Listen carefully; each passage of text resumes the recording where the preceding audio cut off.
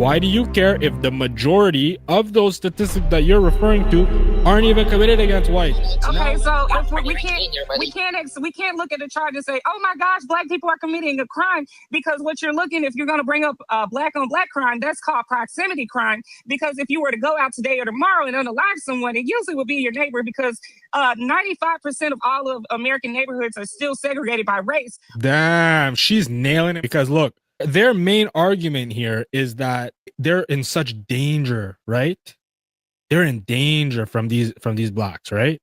But what she is bringing up now is that the majority of these violent crimes are committed on other blacks. So why do you care?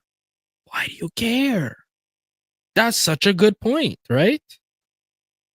Why do you care, Andrew? If you're trying to make the point that whites should be so worried about these dangerous thugs in the street, why do you care if the majority of those statistics that you're referring to aren't even committed against whites? Now let's pivot back to the majority of victimized whites. They're victimized by other whites. And black people don't even bring this stuff up unless a white person comes and brings up the black crime. That's the thing. You don't have black people talking about these white criminals, these school. It's very rare, right? It's only when they've been triggered by other people that are trying to put all the criminal onus on them. That's when they start bringing it up. But if you look into it deeper, you have a higher rate of white on white crime, 75% white on white crime, higher than black on black crime. Okay, so am I allowed to make a reputation on the exonerations now? Okay, so my thing is, No, what are you trying to get here? Yeah, so Andrew, where are you trying to get? I'm going to explain. No. What are you trying to get to? Well, let me talk and I'll tell you. Help the black community? Are you going to help black chat? Look at this chat. Well, yeah, I know. Still repeating the same thing. I know. No. No. Are you going to help black people come out of poverty? Are you going to bridge the wealth gap in America? Nobody's allowed to talk, so who knows? What are you, the victim now? Yeah, I mean, kind of. I know, right? There's a bit of victimization going on. You see, it's true. They're catching him good. They're paying attention. He's like, oh, I can't talk. And he goes, what are you, the victim now? Facts. You know what? Maybe can't talk.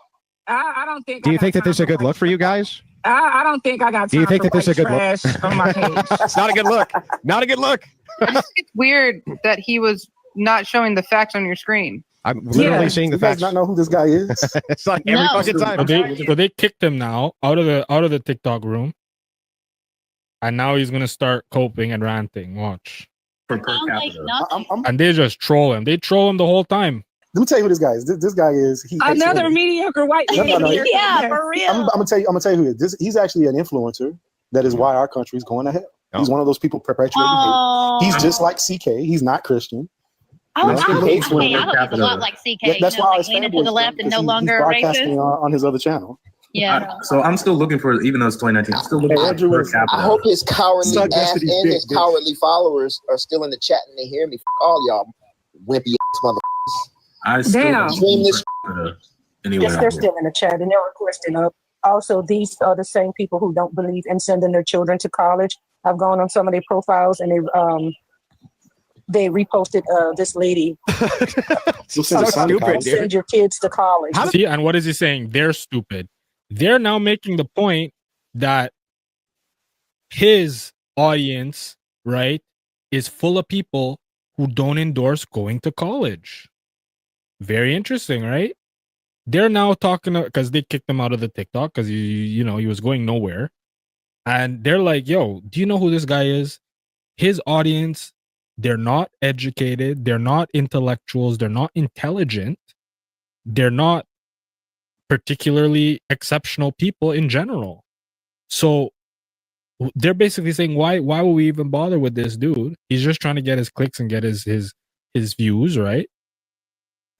And now he's laughing about that and saying, ha ha ha ha ha ha ha, with his fake little laugh. Look at his face.